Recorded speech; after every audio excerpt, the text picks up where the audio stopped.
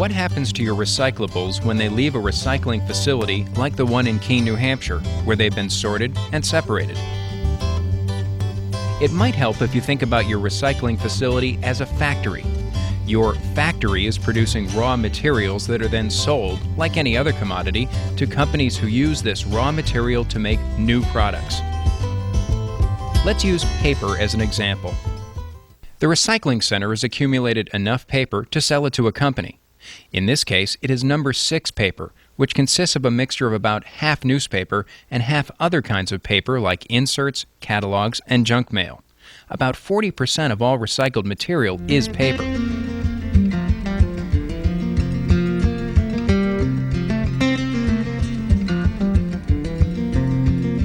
A company called Papertech has purchased this load of number 6, which is hauled to their factory in Hopkinton, New Hampshire.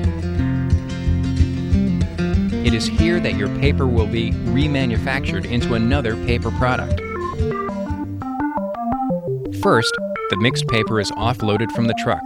From there, it is dumped into large vats that liquefy the paper into a product called slurry.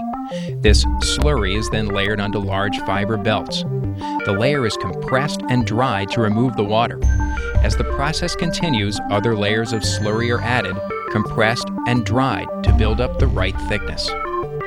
When the correct thickness has been achieved, the layers are separated from the belt and face sheets of higher quality paper are added.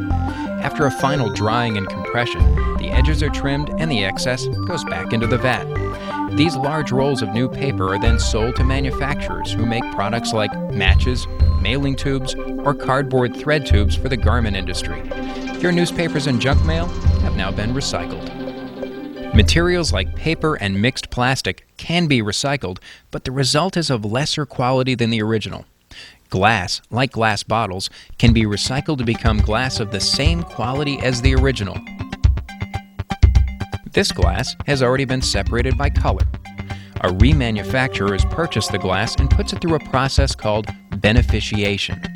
This process involves more careful sorting to remove impurities like caps and labels. The glass is crushed to create a product called glass cullet. This cullet is sold to glass bottle makers who use the cullet as the raw material to make new bottles. As you've seen, recycling is more than a way to keep landfills open longer or to reduce the amount of trash that must get hauled away after a landfill is closed. It's a business. Towns like Keene, New Hampshire can now recycle their glass, paper, and plastic and sell that material to companies who will remanufacture it. Not only does it make environmental sense, today it makes good business sense too.